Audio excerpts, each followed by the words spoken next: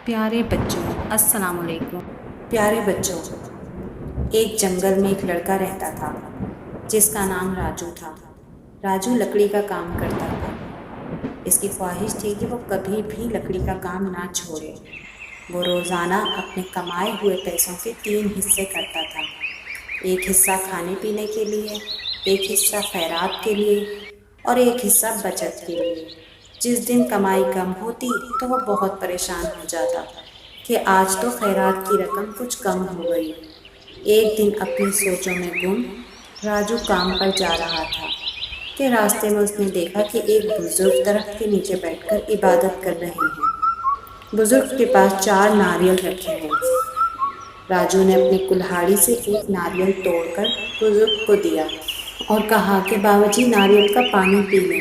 बाबा जी ने नारियल का पानी पिया और कहा, तुम्हारा शुक्रिया बेटा।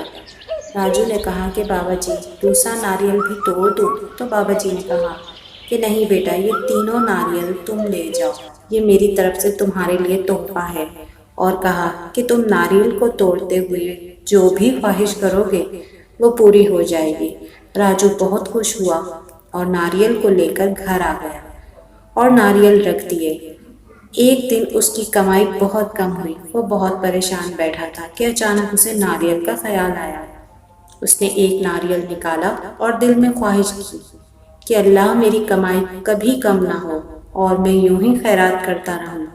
उस दिन के बाद राजू की कमाई कभी कम ना हुई और देखते ही देखते राजू अमीर हो गया। इसने अच्छा घर बनवाया और एक अच्छी में लगा। अब राजू पहले से भी ज़्यादा गरीबों की मदद करता था।